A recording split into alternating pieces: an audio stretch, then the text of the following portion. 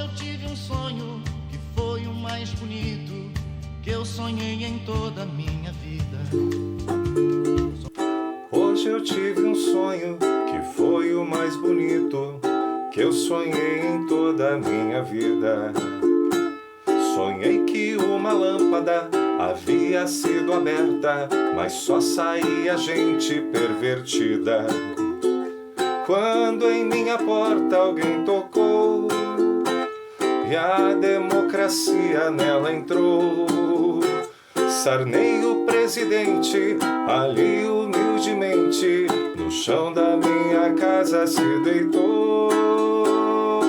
Dá aula de história pro Lula, dá aula de história pro Lula, dá aula de história pro Lula, Lula lá.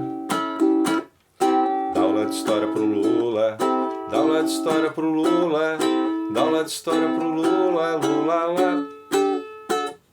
Tinha nossa história, tal democracia, e o Sarney era quem a exprimia.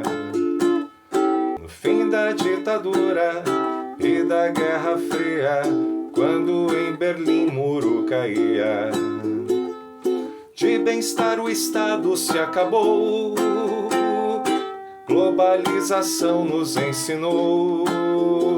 Tocaram novos sinos do neoliberalismo, com a Thatcher e o Reagan liberou. Dá aula de história pro Lula, dá aula de história pro Lula, dá aula de história pro Lula, Lula lá. Dá aula de história pro Lula, dá aula de história pro Lula, dá aula de história pro Lula, Lula lá. De manhã bem cedo, no dia seguinte, com Sarney dormindo eu acordava e preparei a mesa com café bem quente pra ver se ele se recuperava.